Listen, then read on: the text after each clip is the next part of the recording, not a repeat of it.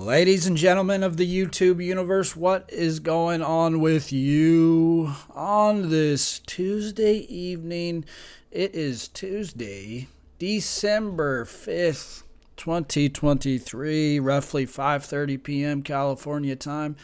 I am, of course, your always gracious host, Fallon from GoNootropics.com, coming at you with the chamomile chairs.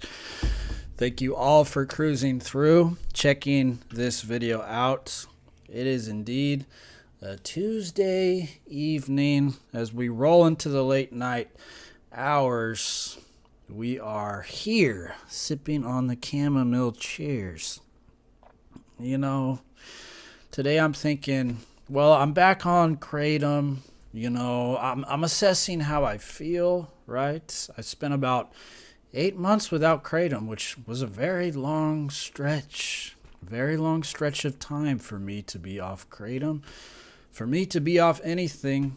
You know, if something is so cherished to you, something you find so precious, and you give that up for a length of time, well, that's a good thing. I was off Kratom for 8 months.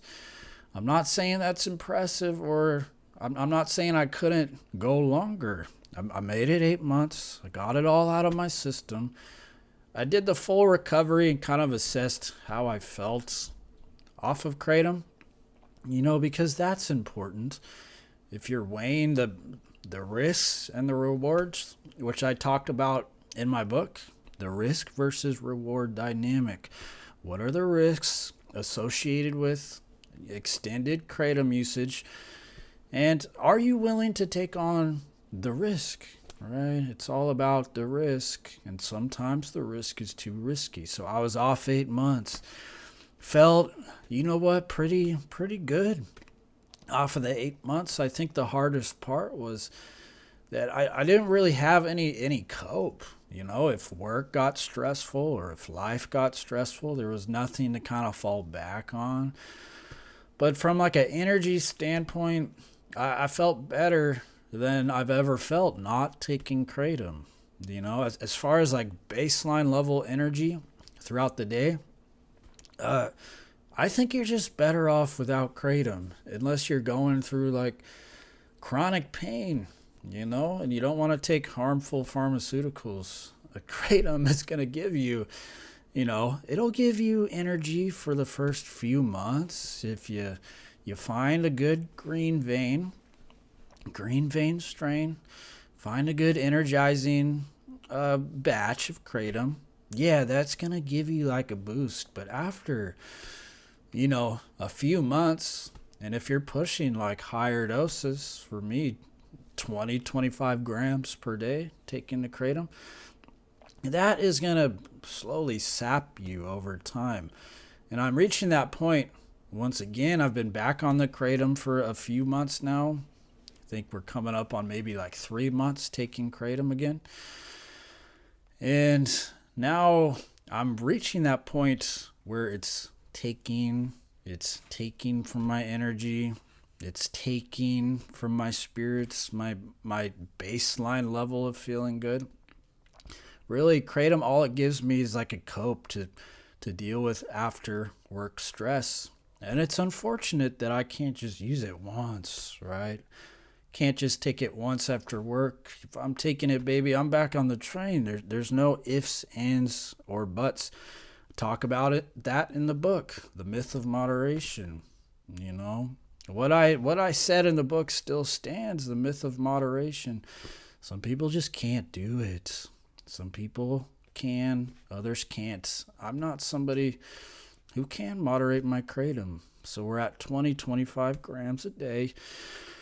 And yeah, in the first couple months, you're going to see those benefits, but eventually the scales tip. They always tip in the favor of the Kraken.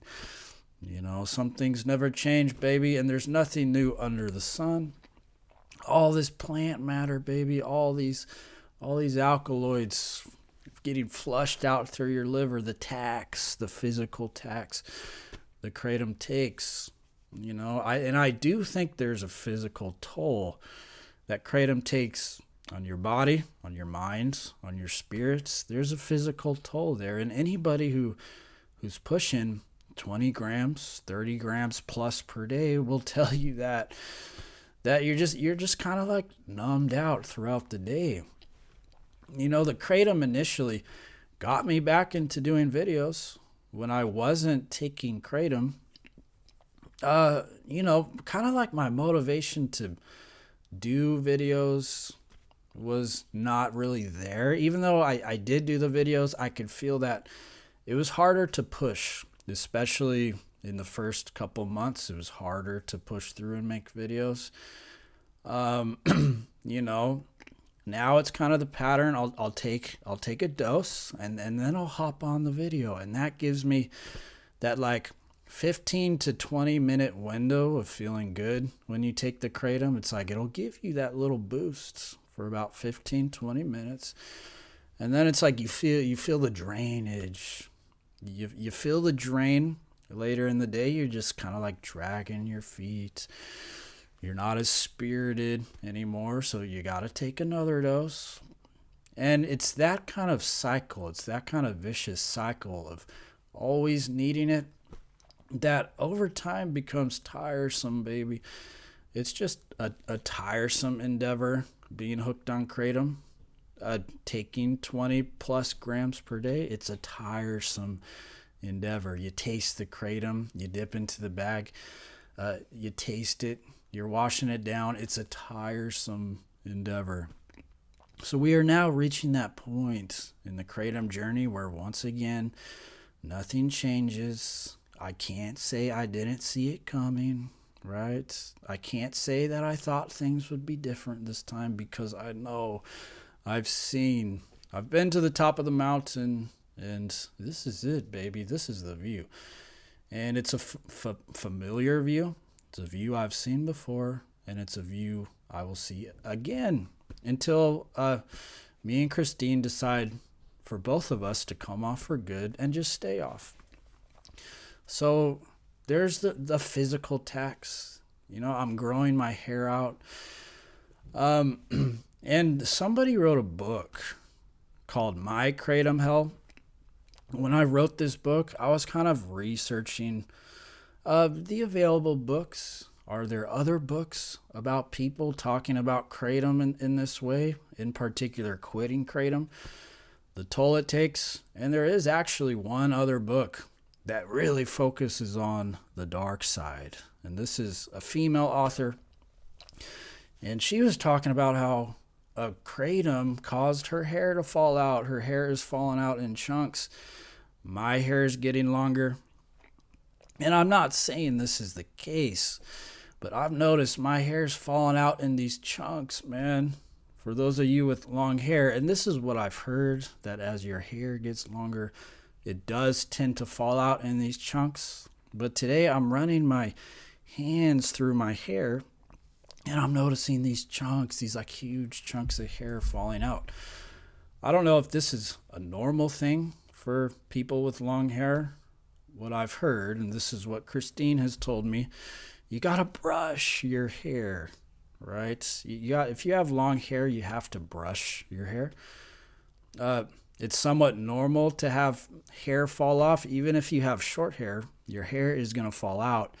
It's just less noticeable because it's short. But now I'm running my hands through my fingers with this longer hair that I got, and I'm seeing that the chunks fall out. Now, we don't have any science to tell us the effects of Kratom. We don't have a lot of literature, right? Don't we love the science? Don't we love the facts in today's day and age? We love the facts. We love the clinical trials. We don't have any of that with Kratom.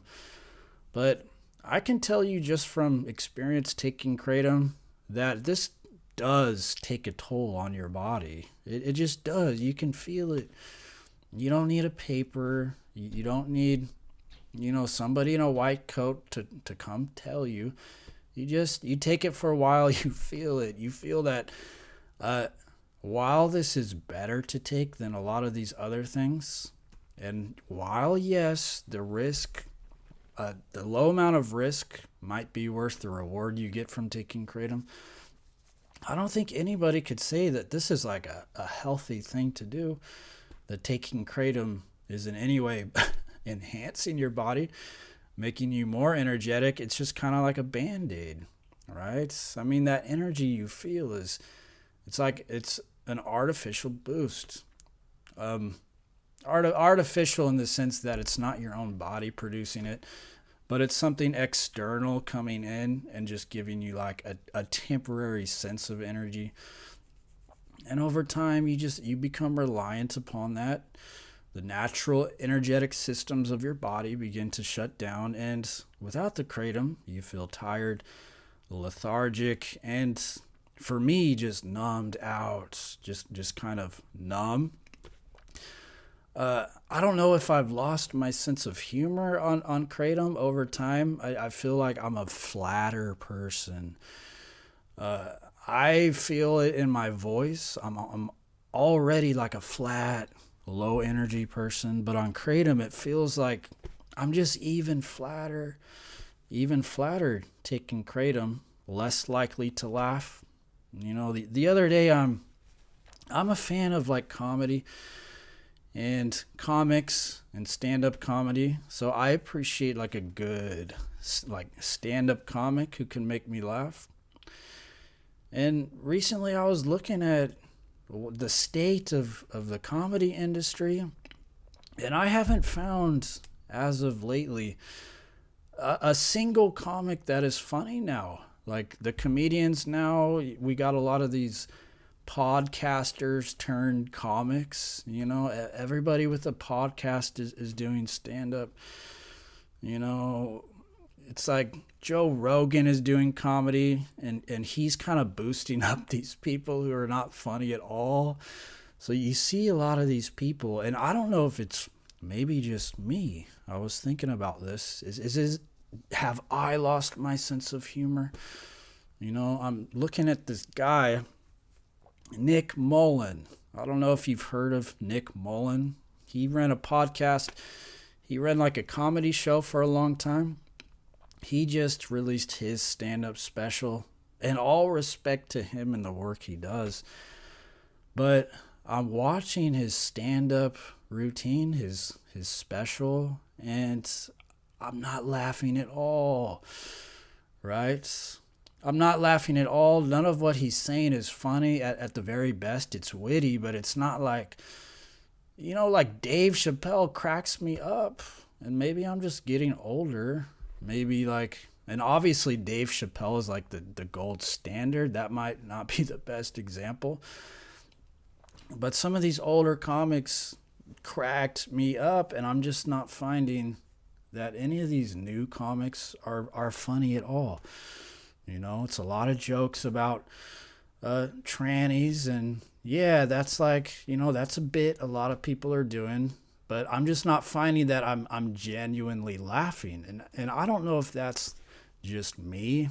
You know, I'm reading the comments, and I'm seeing people saying, "Oh, this is the most hilarious thing of all time. This was the greatest special. This was the funniest set." And I'm sitting there thinking, has the Kratom numbed me out to the point where I don't have my sense of humor anymore? You listen to the audience, the audience is like dying of laughter. And I feel like a damn vegetable sitting there thinking, well, this isn't really that funny at all, actually. So I don't know. Maybe that's the Kratom, but I do find I'm less likely to laugh. I'm less likely to like be in a mood where I could like let loose and feel laughter. That could be the Kratom. That could be my natural sense of flatness that I believe I've always had. But I do believe the Kratom tends to numb you out. It tends to flatten you out. And, you know, over time, like the first few months, there's a lot more reward than there is risk. But after the first few months, I would say the scales tend to tip, and sustained Kratom usage becomes just something where you're not reaping as many returns as you might be in the first few months. So for somebody like me, that means we're constantly in a cycle of kind of reaching that point with Kratom, quitting, and recouping that natural sense of spirit, that natural sense of feeling good.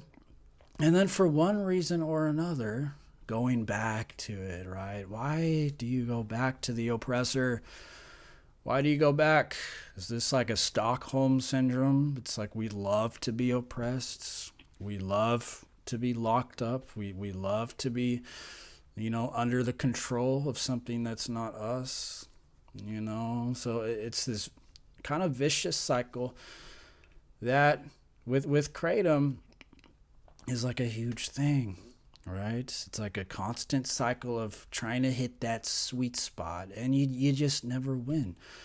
You never win with drugs. With Kratom, you kind of win for a little bit longer than you might win with these other things, but there's still, over time, after the first few months, the scales tip, and you find yourself in that old familiar place once again.